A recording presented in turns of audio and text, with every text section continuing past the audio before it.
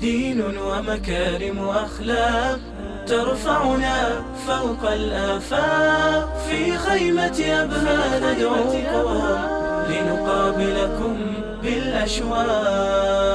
في خيمة أبها ندعوكم لنقابلكم بالأشواق.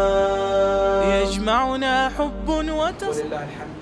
اليوم كان من أكبر شرف نلته في حياتي، ولله الحمد، أني أتشرف بتلقين الشهادة لأحد المسلمين الجدد. الله يجزاكم خير والله يجعلها في موازين حسناتكم.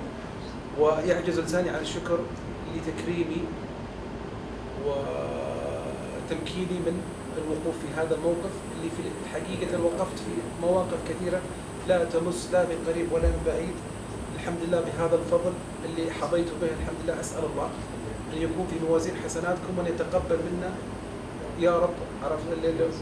وإتاحة الفرصة لي المشاركة في هذا الموقف له المكان الكبير في قلبي في نفسي. والله إني في داخلي إحساس غريب لا يوصف ولا ما قد سبق لي إن ولله الحمد. وهذا من فضل ربي إن شاء الله، ويجعلنا إن شاء الله على مسؤوليتنا أكبر إن شاء الله، بحيث أنه نبحث ونسعى إلى توفير كل الخدمات للمسلمين الجدد والوقوف معهم ومساندتهم ومعاونتهم ونشر الدعوة الصحيحة المستقيمة الوسطية الحمد لله التي يحث عليها علماءنا وأولياء أمورنا.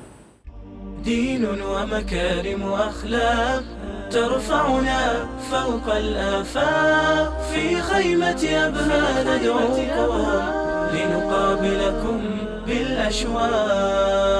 في خيمة أبها ندعوكم لنقابلكم بالأشواق.